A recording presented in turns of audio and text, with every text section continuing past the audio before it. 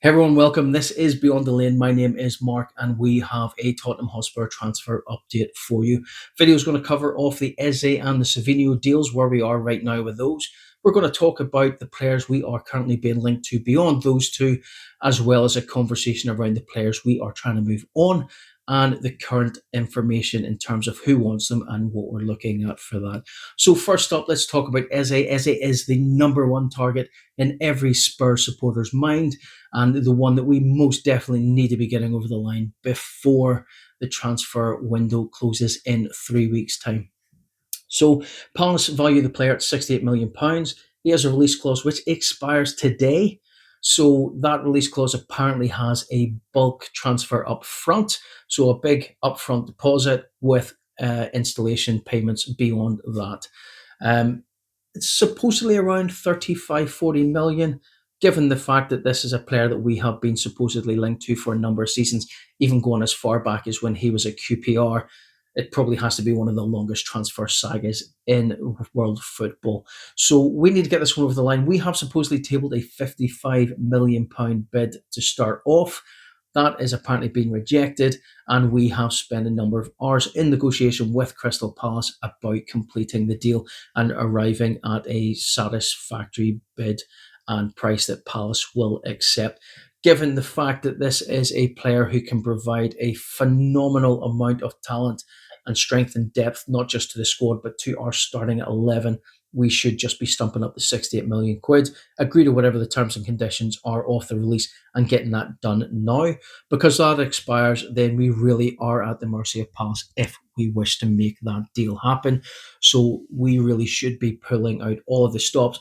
A £55 million bid, well under the valuation that Palace have the player, is a complete and utter total Daniel Levy move in terms of trying to get a player for the barest amount of money that we need to spend as possible. Given the fact we've already been made to look stupid over the release clause at Morgan Gibbs White, and we'll talk about that a little bit later on.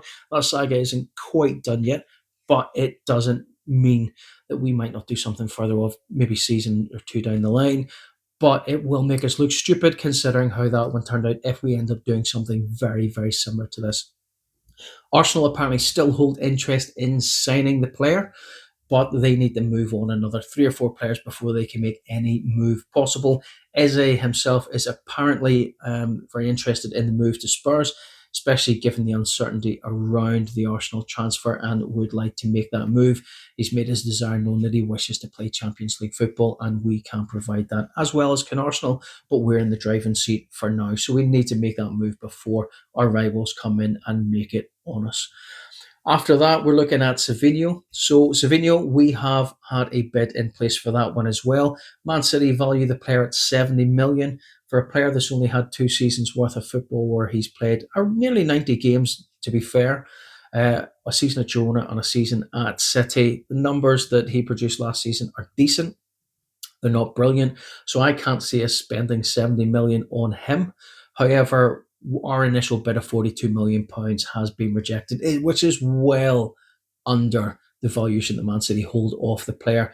I think if we can get in around 55, 60 million, we're probably closer to that. However, looking at some of the other news reports today, we have supposedly tabled a bid of 60 million, and City have rejected that as well. Now, I don't know if that's a total value 60 million. We've offered maybe 50 plus 10 million of add-ons, or if they're looking for 60 total without any of those extra bits put on it. On top of that, you're looking at City potentially doing something very similar to what they've done with McAtee to Forest, which is a buyback clause as well as potential sell-on percentage if we go to sell a player further on down the line, which a lot of clubs probably aren't going to look at wanting to do, and Spurs definitely aren't one of those clubs that like to have that in on players that we buy off other clubs as well. So if we've been cheeky and put in 42, I can see why Man City have slapped it aside. Again, a very good player, very talented, and again provides additional strength and depth in our attacking options at the club. So let's get this one moving and try and get the deal done. An alternative to this one that we are currently being linked to today is Dani Olmo from Barcelona. Barcelona bought him for 50 million last season. However, as we all know, Barcelona have struggled to get players registered to play for the club due to their financial situation. And it has been suggested today that Spurs are looking to take advantage of that financial pressure and make a move on the player.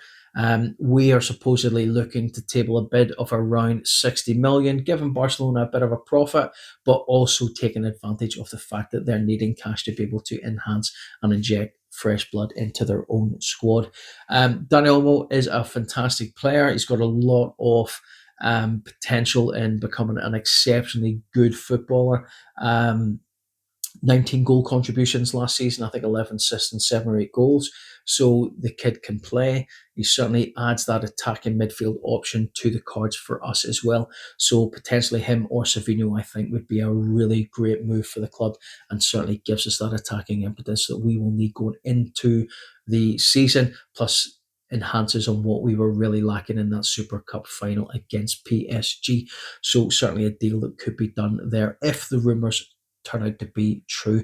Another player we are being linked with, and I've mentioned this a few videos ago, is Conor Gallagher. It has picked up again in the press today that we are supposedly interested in bringing him to Spurs. A move we did try to do when Postecoglou was here in his first season, but got beaten to the punch by Atletico Madrid. He is now looking surplus to requirements because they already have a player there who Simone is favouring over him, and they've also taken Cardosa, who's a player that we had interest in a first option to buy on, but the player wasn't interested to moving to us this season. So he's seeing himself in third place in terms of playing spots in it, meaning that he could potentially be available for our fee of around £40 million. The only difference being is he's a bit more of a defensive minded player than an attacking option. However, he can get forward and he can score goals as well, and would certainly provide a good amount of competition for that defensive midfield slot alongside Plea, and certainly would strengthen us for the Premier League and the Champions League campaigns that are due to start on Saturday for the Premier League, and then the Champions League following after that, and certainly gives us a hell of a lot of strength and depth there in the squad as well. So wouldn't be such a bad option for us. Morgan Gibbs White. So a lot of information has been put out there today saying that maybe Spurs weren't quite as underhanded as Nottingham Forest were making us out to be. Having been made aware of the situation, we had apparently contacted Forest in our initial bid and putting forward the £60 million in opening negotiations.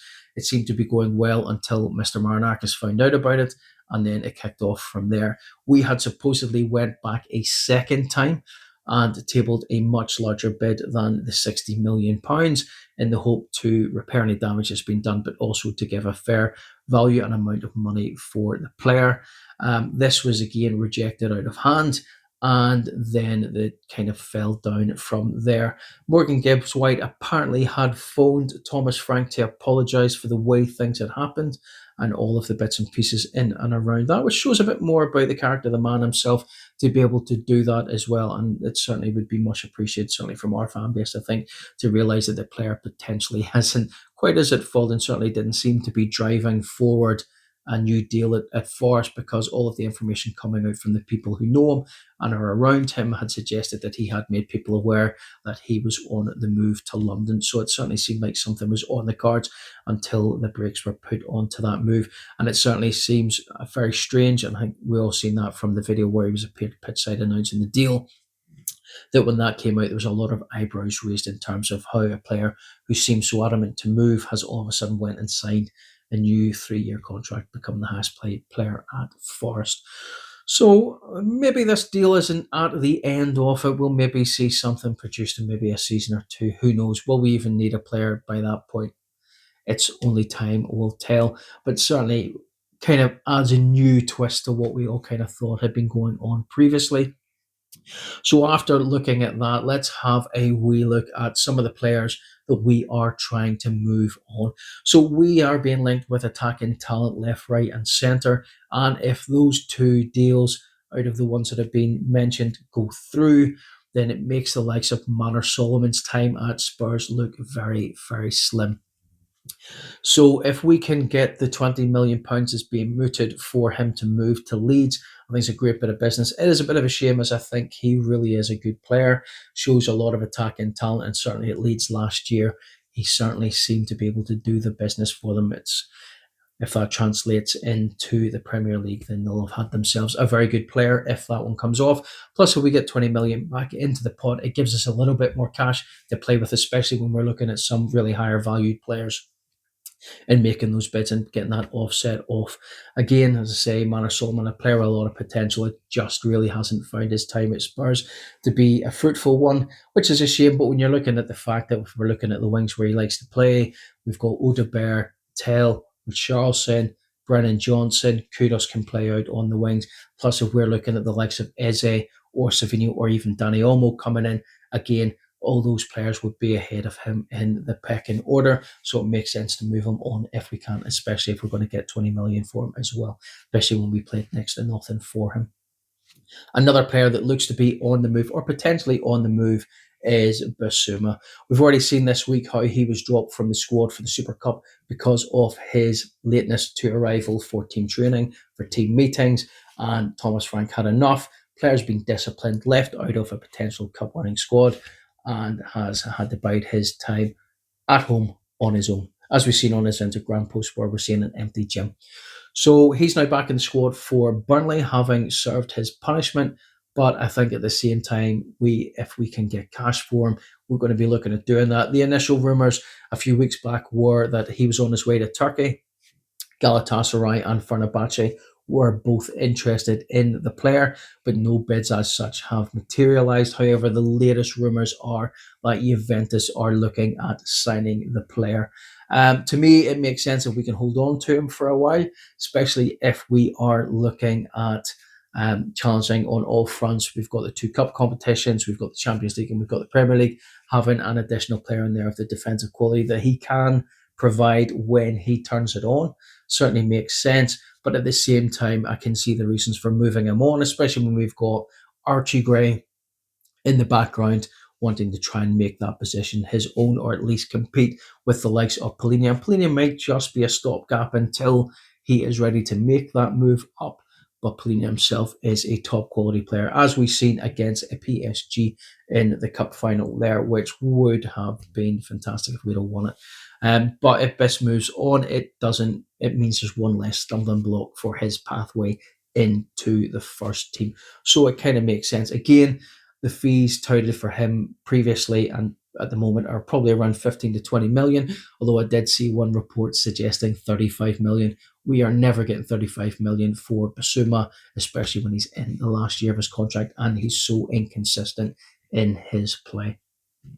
So that is all of the transfer updates in terms of what we're already looking at doing it and in conversations with Man City and Crystal Palace.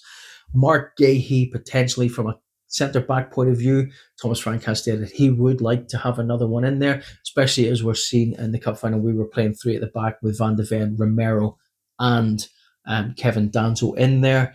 As a central defensive pairing, Romero and Van de Ven are absolutely strong. However, between the two of them, out of a total of 60 games, they played 26 times for Romero and 22 for Van de Ven. Or was the other way around? I can't remember which way it was. But you're already looking at that's 38 to 40 games they missed last season each. So if we can keep them fit, it's almost indestructible. You're putting Danso in there as a backup. We've also got Davies at the back as well. However, we really need someone a bit strong, especially if we do end up playing three at the back a bit more often. Then you're playing three centre halves there. An injury to any one of those, you need a solid backup. Gahey is in his last year of his contract at Palace, and it looks like he's on the wind down on that contract, either to move on a free transfer at the end of the season, or if Palace can recoup some cash from now, valued at around 35 to 40 million to pick up. Liverpool are the key favourites to sign him. However, they have just signed a centre half, so the likelihood of them picking up Gahey as well is probably unlikely, but that deal is probably still on the table. However, we could steal a march on them, do a double deal with Eze and Gahey. 110 million, I think, would probably secure the services of both players and would completely and utterly enhance our squad. But as I say, that's merely a rumour. We have looked at him for a while now. We did have a bid rejected in January for him, but it may be a deal we might get done, especially consider Liverpool have just brought in another centre half. So there is an option there. We could push forward and try and steal that out from the undernose of Liverpool. But that is the video, guys. That's all the transfer updates, as I said, plus some of the rumours. for coming in as well as coming out. If there's any recent updates or new updates that follow up over the next couple of days, I'll throw something else out there. We'll get a Burnley preview video up as well for the match on Saturday. Other than that, thank you very much for watching. Drop your comments down below. Let me know what your thoughts are on the two deals that look like we're probably going to push ahead with, as well as the other ones that we're talking about potentially coming in and players going out as well. Be good to know what you think about it as well. Anyway, thanks for watching. Drop a like on it, subscribe to the channel, and I'll see you in the next one. Come on, you Spurs.